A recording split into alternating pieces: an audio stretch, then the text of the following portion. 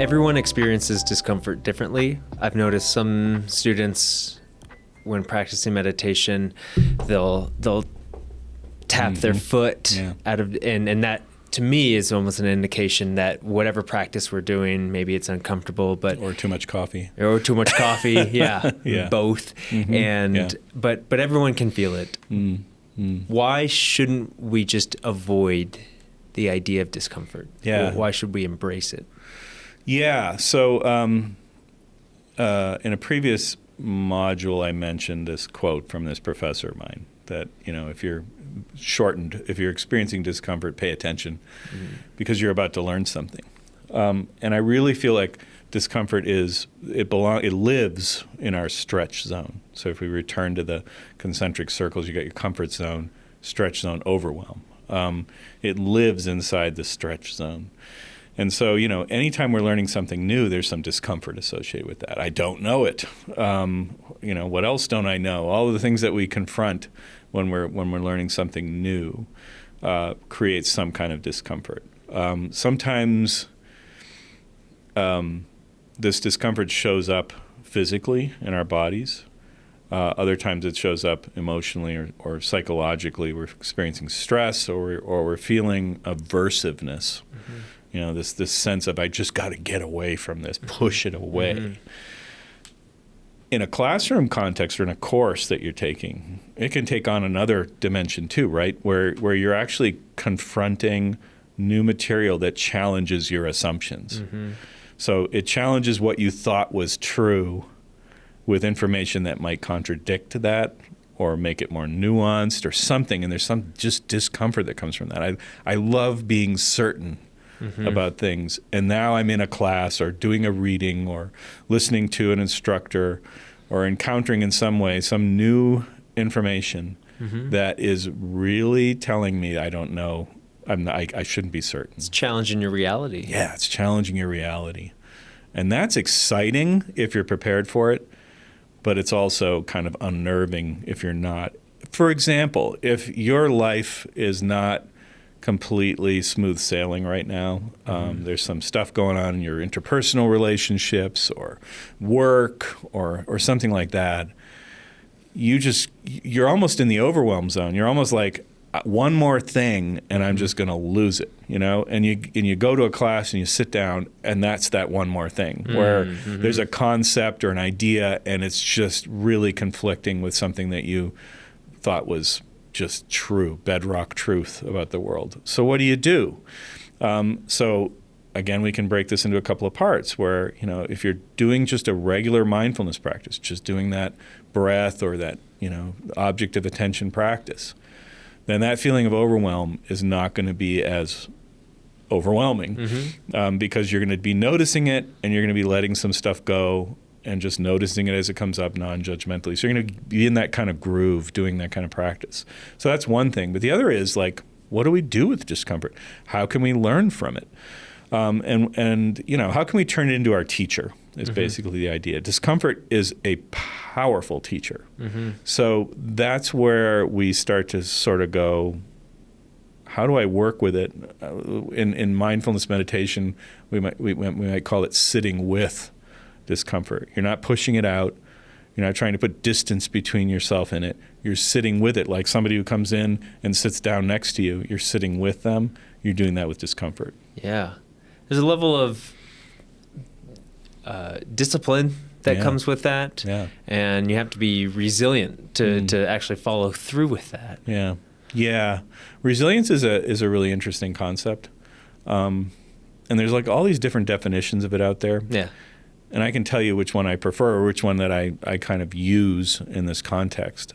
Because some of the other definitions, you think about resilience like an elastic band, where an elastic band is resilient because when you pull it apart and let it go again, it goes back to its original shape. Something that's elastic has a kind of resilience built into it, which I think is a useful metaphor, right? Because we can be pushed, we can be stretched, but we go back to our original shape. Sometimes that's useful, but where it isn't useful is when we don't allow ourselves to grow and change. An elastic band is always going to look like an elastic band. Right. You pull it, you stretch it, and it goes back to being just the original shape. We're human beings. That's not, and we're learners. That's not our story, is to stay the same shape. And in fact, I would argue that some of the discomfort comes from insisting that we stay the same shape. Yeah. That I know who I am and I don't want to change, right? So part of resilience is actually allowing ourselves to grow and change, but not to break. So I think, when we think about resilience as this capacity to stretch and to change, but not to break, that's the kind of resilience we want to shoot for. So we want to be resilient. We want to be adaptive to not just our environment, but our minds. And when new realities or expectations we're being challenged with it. But we also have to be reactive to it. So I'm hearing kind of responsiveness and resiliency, but then also reactivity. So do you want to play around with some of the R words? Yeah, exactly. So in a previous module, we talked about this sort of fight or flight kind of thing, right? Where, we're confronted by a threat. We either run away from it or we fight it, resist, In some cases, that's exactly what you should do, right? And there's no doubt there are certain situations in which resistance of that kind, yes, that's where actually I'll make my point about responsiveness. That is a good response in certain situations. That kind of resistance, if somebody, if somebody's attacking you, like a physical threat, yeah, you should run away if you can, and you should fight if you can't run away to protect yourself or those you love, right? So let's face it, that's a reaction, but it's also a response. And the difference is this. A reaction is just sort of my gut telling me what to do. So, someone comes up, I don't know, and, slaps me on the side of my shoulder or whatever. My reaction might be to push them away, right? But my response might be to allow that sensation of wanting to push them away to rise up, and then to give myself a little bit of mindful space to figure out what really happened here. Did they trip? And they seemed to hit me because they were tripping? Well, then, is my best response to shove them away, or is it to help keep them from falling further? Right? So that's the difference between reactivity and responsiveness. Reactivity is just this knee-jerk, protect myself. Yeah, that's how I was imagining. Like a knee-jerk, like I just have to. What do I want to do in the moment? What's my body telling me to do? What's my, primitive brain telling me to do? And then responsiveness is giving a little bit of daylight between actually acting on that and really noticing what's actually going on. So putting some daylight in there. It's not fully to that point, but it's almost like giving the benefit of the doubt. Yeah, and that's interesting. I like how you said the space. You need some time to process versus just fisticuffs ready to go on why would someone do such a thing. Exactly. And to think about it. And to be mindful of the situation you're in. If you're in a situation where you are legitimately under threat, then reactivity may be exactly the best response. But if you're in a situation where you've done enough mindful preparation where you really have a sense of what's safe and what isn't safe, and you're in a safe place, but something threatening or at least seemingly threatening is happening, then you can work on creating that little wedge between action and perception. Yeah. So practicing mindfulness to help build that resilience. What are some exercises, techniques, practices that you would like to share or that you have? So this practice is building on that original basic present moment awareness practice. It's just building on that. So that 60 seconds. Yeah, that 60 seconds is now going to turn into 5 minutes. Great. And for some folks, 5 minutes of doing this practice is excruciating. For other folks, they fall asleep and they wake up 5 minutes later and they're like, what just that was 5 minutes, really? Right. Everybody's different and everybody has different reasons for experiencing it differently. Can I ask a question on that? Is falling asleep, is there anything wrong with that?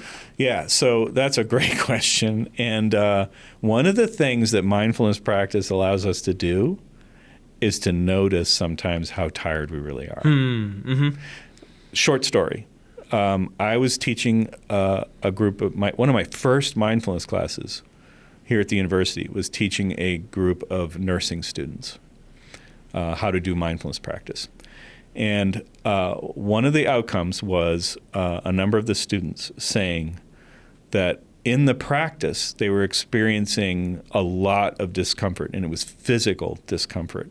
So they were noticing that their feet were really hurting or their legs were really hurting. And so it turns out... body awareness. Yeah, and it turns out that's because they had been doing this practical nursing training, and they had been on their feet for hours and hours and hours, but they weren't allowing themselves to recognize how much harm their lower body was experiencing, and probably their backs and other parts of their body were experiencing on their feet for so many hours straight.